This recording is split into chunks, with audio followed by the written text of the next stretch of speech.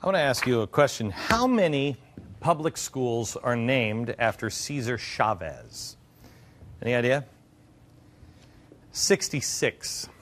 Cesar Chavez, there he is. Boycott grapes. Love that. Love that. Changed the world. He was a socialist. There's a Navy ship named after him. Did you know that? USS Cesar Chavez. Now let me ask you this question. How many public schools are named after Frederick Douglass? 22. This is a man who believed in the 3 keys to success. 1, believe in yourself. 2, take advantage of every opportunity. Use the power of the spoken and written language to affect positive change for yourself and society. Now, how many of us can say that we even knew that those were the 3 principles? How many of us are even living that every single day? Frederick Douglass is one of the most amazing Americans to have ever lived. He was born in a slave cabin, and he was separated from his mom as an infant. His grandparents left him with a plantation slave master at the age of 6. When he was 8, he went to live with relatives of the slave master, and the mistress of the new master taught him the alphabet. He made the neighborhood boys his teachers by giving away his food for lessons.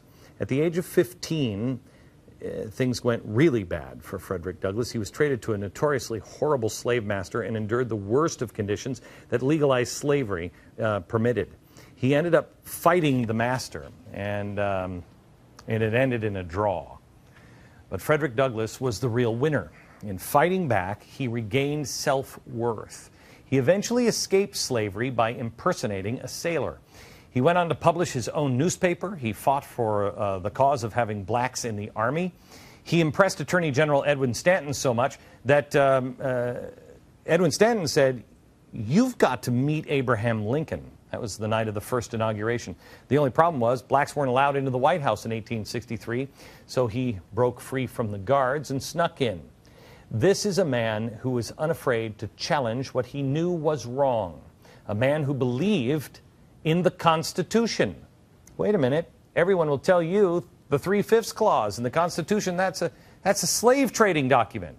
No, he said, take the Constitution according to plain reading. I defy the presentation of a single pro-slavery clause in it. You should read the debate where he really took away took apart the 3/5 clause, where he eventually just said, he just started talking about it and saying, this is what it is, this is what it says, so let's move on, because that's not true. Douglass continued his independence by proclaiming that, interpreted as it ought to be interpreted, the Constitution is a glorious liberty document. Now, imagine the leap of faith that statement must have taken for a black man who lived in a time in which his family members were treated as property, to view the Constitution as a beacon of liberty. This is a trust in limited government in general, and the protections afforded by the United States Constitution specifically, and people as individuals. It seems to be difficult for many on the American left to even accept those things today. I believe Frederick Douglass would be ashamed of the so-called leaders of the black community today. I mean, the reason he's not celebrated as a hero by progressives? I don't know. Because he decimates everything that these guys stand for? Is that possible? I want to introduce you again to somebody I first met while I was over at Fox. His name is Lucas Morel, and we initially spoke about the black founding fathers and talked briefly about Frederick Douglass, but we didn't do Frederick Douglass justice, and that's why I brought him back, because, how are you, sir? Glad to be here. I really wanted to bring him back because I think Frederick Douglass is such an amazing role model for people. My role model is George Washington. If it wasn't George Washington, it very well may be Frederick Douglass, because he's amazing, conquered absolutely everything, and never fed into hatred. I mean, it seems like he did a little. He lost his way temporarily, but he always went back and educated himself, right? Yeah, early on, of course, he had every reason not to like the founding, not to like the founding fathers, not to like the Constitution. When he was under the spell of William Lloyd Garrison, probably the most famous abolitionist, a white abolitionist of the day, publisher of The Liberator, no union with slaveholders was their motto on the masthead. So between 41 and about 45 or so, Douglass agreed with Garrison's reading of the Constitution as a pro-slavery document. But then he started reading and thinking for himself, was under the influence of some other writers like Lysander Spooner and Gerrit Smith, and became convinced around 49 and 50 that the Constitution really was the key to freedom, the key to liberty, even for the enslaved black man on American soil. Who was it he was debating? You know the phrase that I was talking about a minute ago where he said, just enough of the 3/5 clause. He just took it apart. I can't remember what it was, what debate I was reading. I don't remember that debate, but I know that he parted ways with Garrison, and Garrison took it quite personally when Douglass started his own newspaper and started championing the cause of the Constitution as being a pro-liberty document. He said, we've got to stop making our greatest weapon against slavery a weapon in favor of slavery. And he said with Garrison, I mean, Garrison hated the Constitution. He called it a covenant with death and an agreement with hell. He thought it aided and abetted slavery, and therefore he would have loved to see our erring sisters go, as he put it. And it would have been true had not the evidence of the 3/5 clause been there. Would you agree with that? Well, it wouldn't have been true. It would have been harder to make the case if that clause wouldn't have been in there. That clause, and especially the Fugitive Slave Clause as well. The Fugitive Slave Clause was a concession to the slaveholding states to get the Union at the outset. Even Lincoln said, look, we half a loaf is better than nothing on this, in so many words.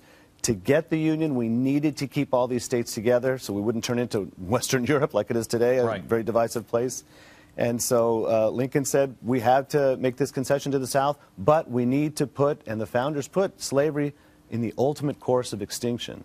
By doing 3/5. Could you explain this? Because it drives me nuts. I think I've even heard the president say, 3/5 a man. And if it's not explained, you think, wow. Well, one big point that Frederick Douglass made, and this is a point that goes all the way back to James Madison, is the founders emphatically kept the word slave and slavery out of the Constitution.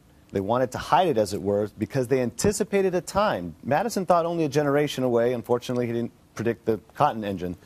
But he thought a generation from now, when we get rid of slavery, when we wean ourselves off of this institution, we don't want people to look back at the founding and know that slavery even existed here. So Douglass took that and said, wow, slavery's not in it. Let's interpret the Constitution according to its mission statement, the preamble. The preamble does not speak of slavery, unlike the Confederate States Constitution, which made it explicit that this is a government protecting states' rights in favor of slavery. Anybody who believes that the South, that whole thing was about states' rights. Tariffs, states' rights. It's such a lie. I was in Richmond, Virginia, and I went down to the Confederate Museum, and I just wanted to look at a regular, like a printed copy of it. And I was actually taken upstairs to the original Constitution, and they rolled it out. And I was like, I'm looking at my hands going, I think I have jam on my hands. This is really not a good thing for me. And I'm reading it. I mean, the whole thing is there. You did states' rights. You didn't have a right to join the Confederacy if you wanted to abolish slavery in your state. It was explicitly it explicitly banned the slaveholding states from banning slavery if they decided to do so in the future. Hello, that's a problem. Okay, back to Frederick Douglass. Tell me the thing that that you would say if people just knew this story about Frederick Douglass. Oh, there's a lot of stories about Frederick Douglass. My hero, along with Frederick Douglass, is Abraham Lincoln. So the story that I like to remember is the one where Frederick Douglass finds his way into the White House after Lincoln's second inaugural address. He's standing outside and he realizes they're not going to let me in. They say no people of color are allowed. And he says to them, the president would not have issued that kind of an order. Sees a friend of his going in and says, tell Mr. Lincoln that I'm out here. Lincoln finds out, has him brought in, and in front of a mass white audience, because Frederick Douglass is the only black man in there as a guest, says, "Here comes my friend Douglass." And when he approaches, Douglass doesn't want to take too much of his time, but says to, shakes his hand, and Mr. Lincoln says, "What did you think of my speech? There's no one's opinion who I value more than yours." And Frederick Douglass says, "Mr. Lincoln, that was a sacred effort." Why is this an important story? It's an important story because Frederick Douglass was one of Lincoln's fiercest critics during the Civil War. He wanted it to be an abolition war at the outset. Lincoln said he couldn't do it because he didn't have the constitutional power when they were at peace. And when they were in a time of war, he had to turn and end emancipation into a means to make it legitimate under his authority as commander-in-chief. He was upset with Lincoln that blacks were not getting paid equally with whites in the war. And so for a number of reasons, he lambasted Lincoln. But two meetings, in '63 and in '64, he becomes convinced that Lincoln really is on the side of the angels, as it were. He really is doing what he can for the sake of the Union, which he thinks will be to the benefit of blacks. When did he, tell me the history of Frederick Douglass. When is the zenith of his popularity, and when does it start to go away? Probably the zenith of his popularity is after the war, when he becomes a stump speaker for the Republican Party. He once said that the Republican Party is the ship, all else is the sea. And of course, there's a reason for this. With the failure of Reconstruction, right? By the time 1876 rolls along, all these southern states, former Confederate states, have been so-called redeemed and are under now white, capital D, democratic governments, which try to reinstitute slavery under different means, peonage, black codes, among other things. What happened to, so he dies, does his popularity in textbooks continue to rise or go down immediately? I don't know about that. I don't remember, and I grew up in California, I don't remember reading about Frederick Douglass in my textbooks. Nope, I didn't either. So I think I read Giants was, you know, that came out. I mean, I knew about Frederick Douglass, but I didn't learn it in school. I knew Frederick Douglass, knew he was a slave, knew he knew Abraham Lincoln, but really didn't know deep depth. It's amazing. I mean, when we think about, for example, you can't speak of the women's rights movement without thinking about Frederick Douglass. He was the only man at the Seneca Falls Convention in 1848.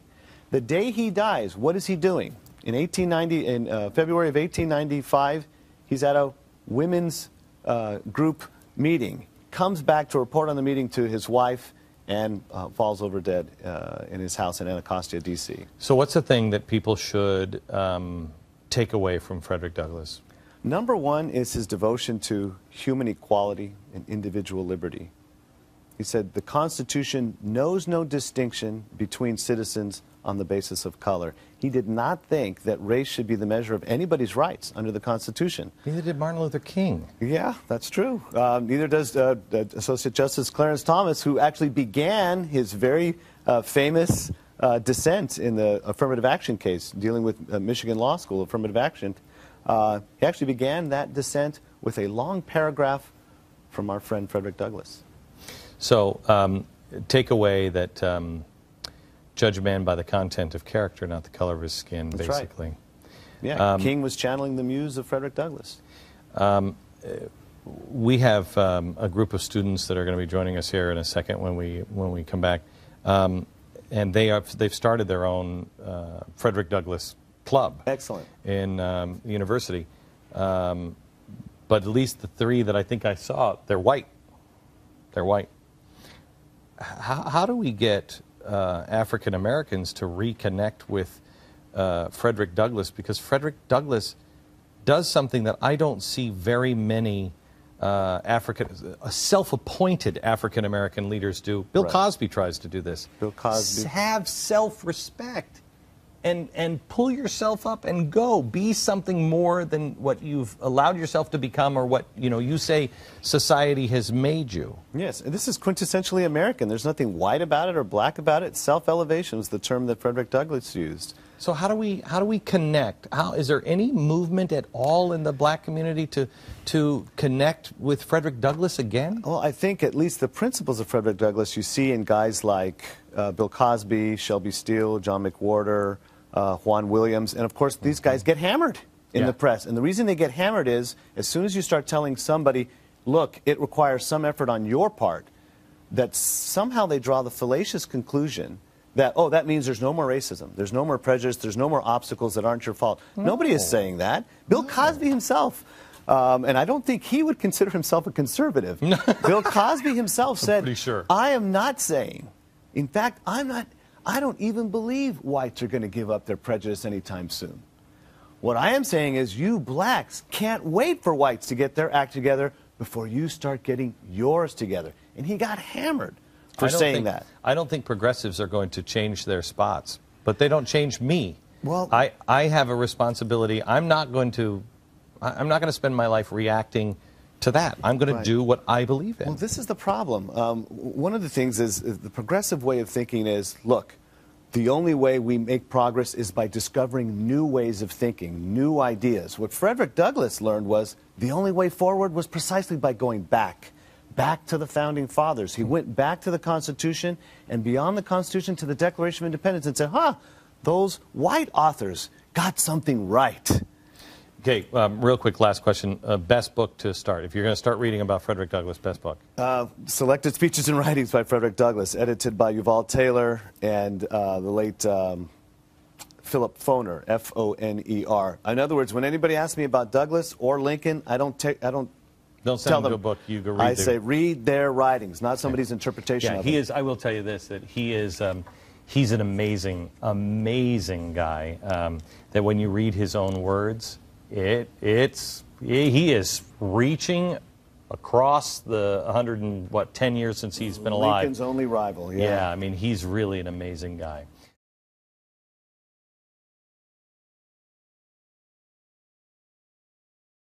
GBTV. The truth lives here.